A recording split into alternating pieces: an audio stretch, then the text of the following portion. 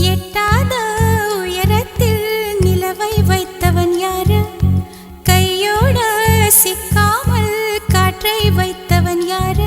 இதை எண்ணி எண்ணி இயற்கையை வியக்கிறேன். எட்டாத உயரத்தில் நிலவை வைத்தவன் யாரு?